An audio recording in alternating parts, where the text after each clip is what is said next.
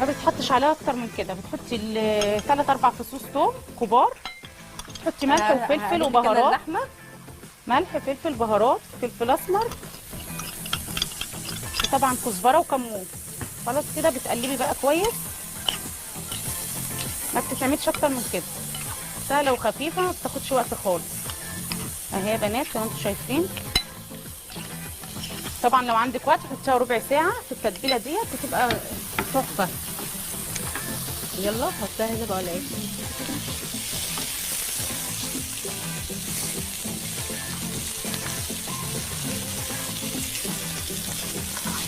النار عاليه يا نهى، هدي النار شويه.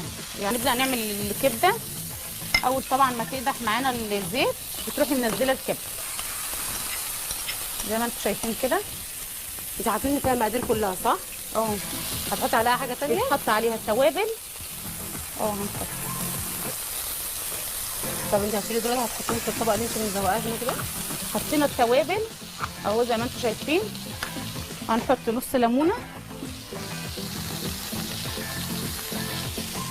نص ليمونه وهي بتتعمل وهي على النار. هنحط معلقه خل، معلقه خل كبيره اهي. سهله جدا وجميله، جربيها بالطريقه دي هتعجبك جدا. ما بتاخدش يعني 10 دقايق من على النار. انا شفت لك كده حاجه على القناه بتاعتك، انت عامله محشي مشوي. اه ده ايه الاختراع الجديد ده؟ مشوي ازاي؟ يعني انت حاطه محشي مشوي من غير نقطه ميه. نقطه ميه؟ من طب غير ازاي نقطة ده؟ مية. تحطي خضار تحته وترصي المحشي بتاعك عادي خالص. الخضار بينزل ميته بيسوي المحشي. يعني طبعا حابه تحطي بقى بفتيك، حابه تحطي لحمه فراخ اي حاجه بانيه، تحطيه في تحت من تحت. ايوه. وبعدين ترصي المحشي عليه يبقى تحفه من غير ولا نقطه ميه. وهتلاقيه على القناه. هي الكفته محتاجه نار واطيه شويه عشان ما تتلسعش منك. تمام. طيب هسيبها لي. خلاص شوفي الجريل اللي عليه، شوفي الجريل اللي بقى.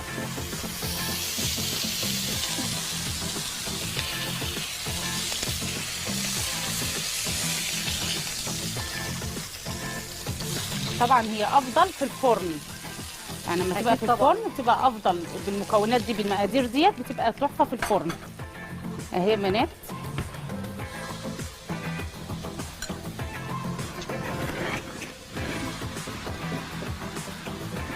اهي يا استاذ محمد. كده بقى. وما انت عامله البصل ده لايه؟ ده عشان البصل كان هيحطها تحت للسلطة. لا للسلطه. انا كنت عامله البصل ده والطماطم قبل الكفته يا بنات. لازم تحطي بصل وطماطم. ده لو هيتحط في الفرن يبقى صح؟ خضار مشوي. لو هتحط في الفرن تحطي قبلها طماطم وبصل. يعني قبل ما تحت. بيتحط في الفرن تحت في البايركس من تحت. الكفته وبعدين بيتحط الاول البصل والطماطم وطبعا قرن الشطه ده. ايوه اكيد عشان خاطر بتاع تحط كفته عليه وتحط في الفرن. ايوه. ممكن نشيل كده. هي دي شغاله صح؟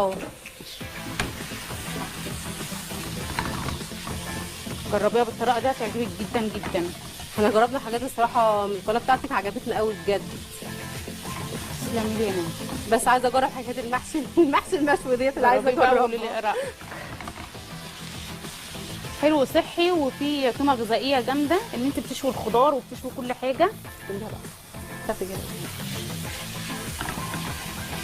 وميزته اللي هو برضو هياخد معاكي ساعه في الفرن من غير ولا نقطه ميه.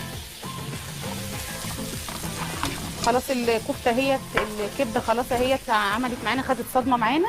بنبدا نحط بقى الفلفل الالوان. عندك فلفل الوان حطي، فلفل اخضر حطي، قرن فلفل حامي مع الالوان ماشي. بيديها ريحه جميله وطعم حكايه وطبعا شهي.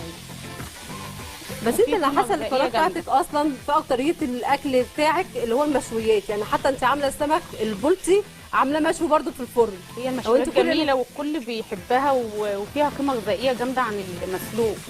يعني انت بترجحي للمشاهدين ان المشاوي احسن من الحاجات جدا. وشغل مطاعم بقى بما اننا اولادنا بيطلبوا مننا على طول اللي احنا عايزين على طول نروح المطاعم، هات لنا اكل يا ماما، هات لنا حاجات مشويه. لا احنا نعمل كل حاجه في البيت بطريقه سهله وسريعه. تاخدش وقت خالص. معانا السلطه بقى هنبدا نعملها على ما الكفته تستوي معانا. الكبده تستوي معانا.